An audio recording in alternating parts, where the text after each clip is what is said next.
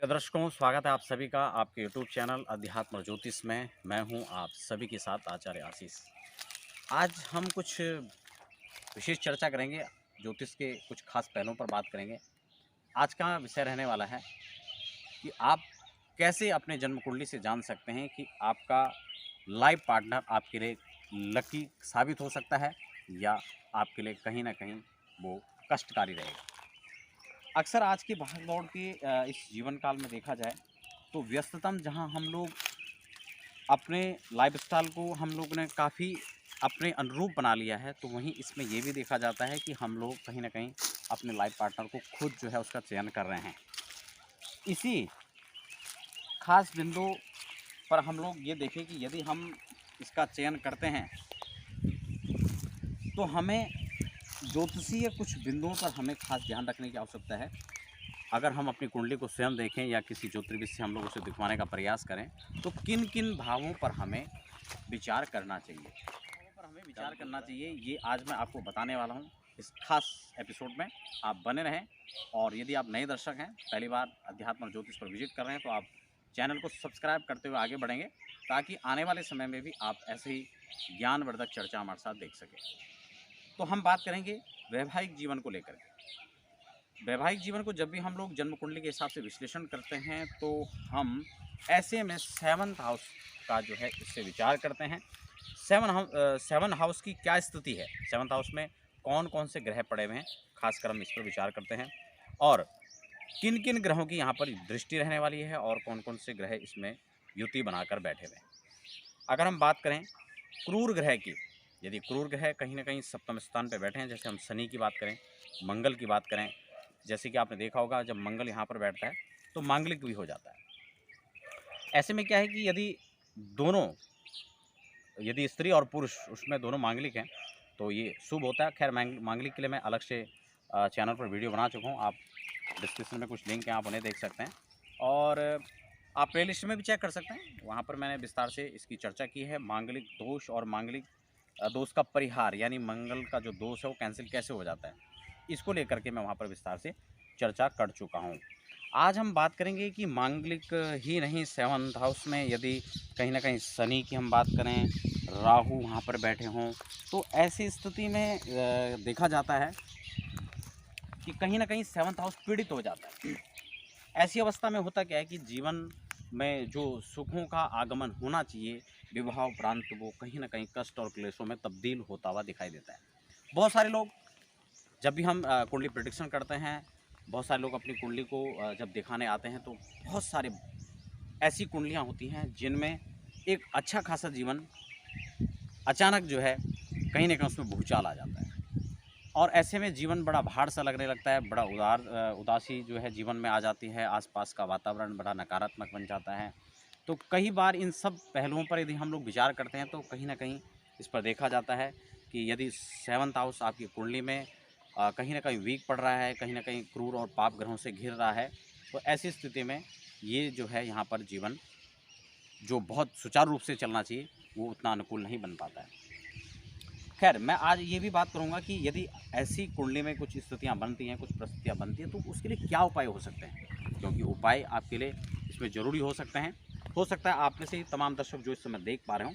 तो आपके साथ भी हो सकता है ये स्थितियाँ घटित हो रही। तो मैं आपको बताने जाऊँगा, यदि आपकी जन्म कुंडली में ये पूरी कुंडली का प्रोडक्शन का विषय हो सकती है, पूरे विवेचन का विषय हो सकता है, क्योंकि इसमें हम लोग नवांश का विचार करेंगे, चंद्र कुंडली का हम विचार करेंगे, ग्रह गोचर की स्थिति को हम लोग देखेंगे। कई बार होता क्या है कि जीवन में अचानक से इस प्रकार की स्थितियाँ प्रस्तुतियाँ बनती हैं जो कि कुछ दिनों के लिए बनती हैं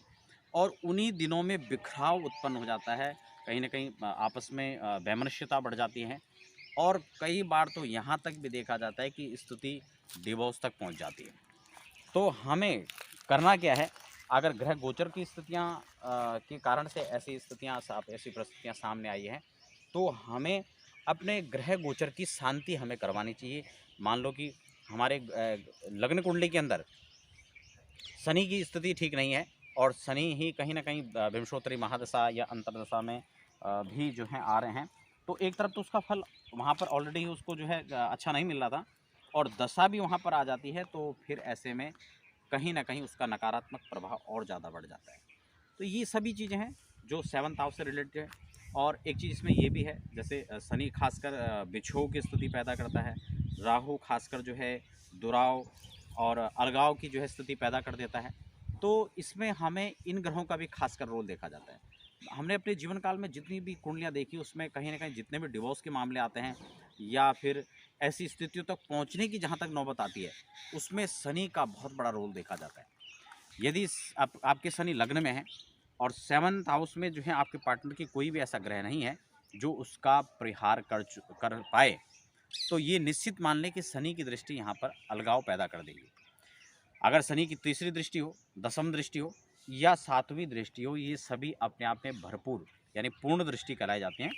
तो इनका पूरा पूरा प्रभाव देखा जा सकता है। वही सेम सूत्र लागू होता है राहु के ऊपर। यदि राहु की अनुकूलता है तो ठीक है, और यदि सेम यही 7th हाउस में कहीं ना कहीं इनकी दृष्टि राहु की बन रही है या मंगल की बन रही है, तो कहीं ना कहीं राहु और मंगल भी इसी काम में सहयोग करवाता है। एक चीज़ और भी है, कई बार मान लो शनि साथ में है और शनि के साथ साथ बुध भी उसके साथ में जो है यहाँ पर इन्वॉल्व है, तो देखा क्या जाता है, बुध को हमारे यहाँ एक नपुंसक ग्रह माना जाता है और बुध को इस हिसाब से भी देखा जाता है कि बुध जिस ग्रह के साथ बैठता है उससे संबंधित ही फल भी देना आरंभ कर देता है। तो यदि वो ऐसे दुष्ट और क्रूर ग्रह के साथ में बैठा हुआ है तो वो निश्चित रूप से यहाँ पर सकारात्मक नहीं, वो उसके नेगेटिविटी को जो है यहाँ पर जो विस्तार करेगा और नकारात्मक परिणाम जो है उसके यहाँ पर देखने को मिलता है। तो ये खासकर जो है एक योग के बारे में आपको बता रहा था कि जो दुष्परिणाम और दुष्प्रभाव जिनके यहाँ पर देखे जाते हैं। लेकिन वहीं यदि शुभ ग्रह यहाँ पर बैठे हुए हैं, अच्छी स्थिति में बैठे हुए हैं, उच्च के ग्रह बैठे हुए हैं, मान लो शुक्र यहाँ पर बैठा हुआ, तो ये वैवाहिक जीवन को खुशहाल बनाएगा। और वैसे भी 7th हाउस में यानी वो लग्न में केंद्र में बैठ जाते हैं, और जब केंद्र में यहाँ पर उच्च के सूर्य बैठते, शुक्र बैठते हैं या बृहस्पति बैठते हैं, शुक्र यहाँ पर खासकर बैठेंगे तो ये मालव्य योग का भी निर्माण करेंगे। और मालव्य योग का क्या फल होता है, मालव्य योग के साथ क्या क्या इस योग का आप लाभ ले सकते हैं, कैसे इसका फल मिलता है, क्या इसके फल है, इसके लिए मैं अलग से वीडियो बना चुका हूँ, आप उसको भी डिस्क्रिप्शन में देख सकते हैं या आई बटन के माध्यम से भी आप इसको देख सकते हैं, प्लेलिस्ट में चेक कर सकते हैं। इसमें तमाम जानकारियाँ मैंने आपको दी हैं पंच महापुरुष योग के बारे में। तो खैर